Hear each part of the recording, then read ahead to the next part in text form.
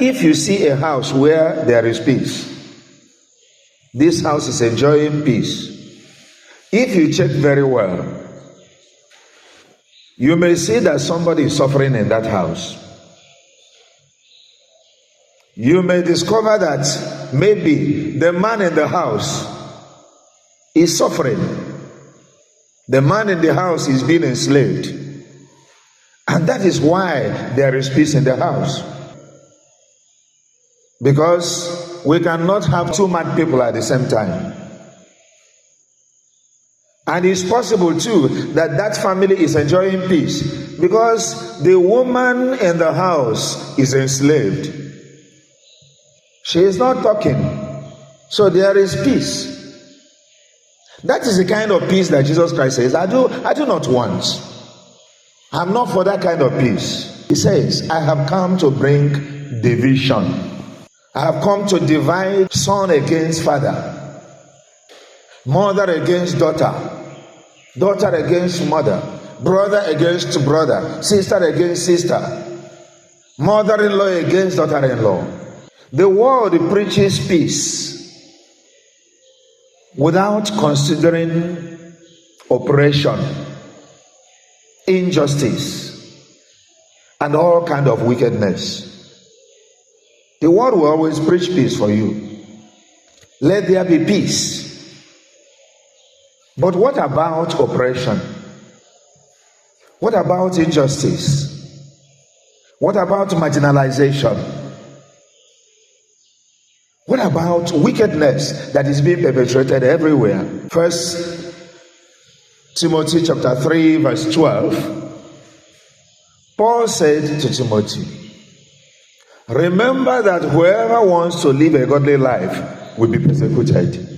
That means that if you are in a family, very possible that if you are in a family and you find Jesus, you become a convert into the life of Jesus Christ. The tendency is that it's not everyone in the family will like you. If it's the woman in the family in the house, it's possible that the man will no longer be comfortable with you. At times, it is when we are afraid that we will lose it all, we will lose everything, that we actually lose the lasting peace.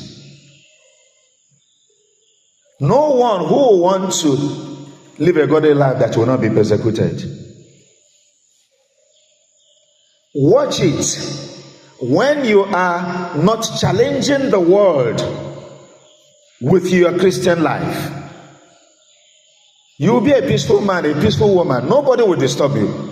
When you are not challenging the world with your Christian life, the way you do your business, the way you speak in the public, the way you carry yourself in your community meetings, if you are not challenging the wicked structure in the world, if you are always at peace, you will have many friends and nobody will disturb you.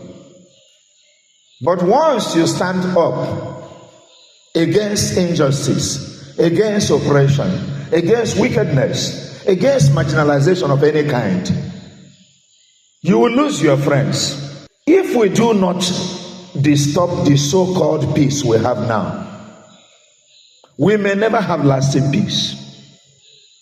Many of us are very peaceful, and people are happy with us.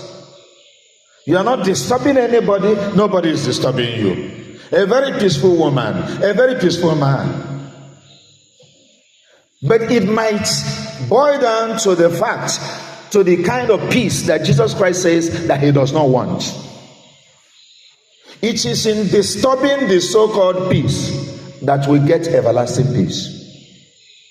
You are in a community because you don't want to hurt anybody. And because of that, you are very peaceful and things are spoiling there. You are in a family because you don't want to disturb the peace you enjoy in the family. Your husband is taking care of you because you are peaceful. And you don't want to disturb the peace, and you know that there is no peace in that family. You are afraid of losing everything. But you will end up still not ushering in the lasting peace, the golden peace, God's own given peace in the family. Keeping quiet will not give you peace. Many of us will want to always maintain a peaceful disposition. In your tribal meeting, peaceful disposition. In your community meeting, peaceful disposition. In the church, you will not talk. You may talk in private. You may gossip. You may discuss the ills, the corruption, the decay in the church or in your environment in private. But you dare not speak out because you're a peaceful man. You're a peaceful woman. Jesus Christ says, I do not want your kind of person because I'm not for that kind of peace. We don't want to lose friends. And it is because we are not living dangerously enough that our world is not getting better. Our world need another John the Baptist. Those that will speak out. It is actually in disturbing the so-called peaceful order, in disturbing the so-called peaceful disposition, that we gain everlasting peace, even peace of mind.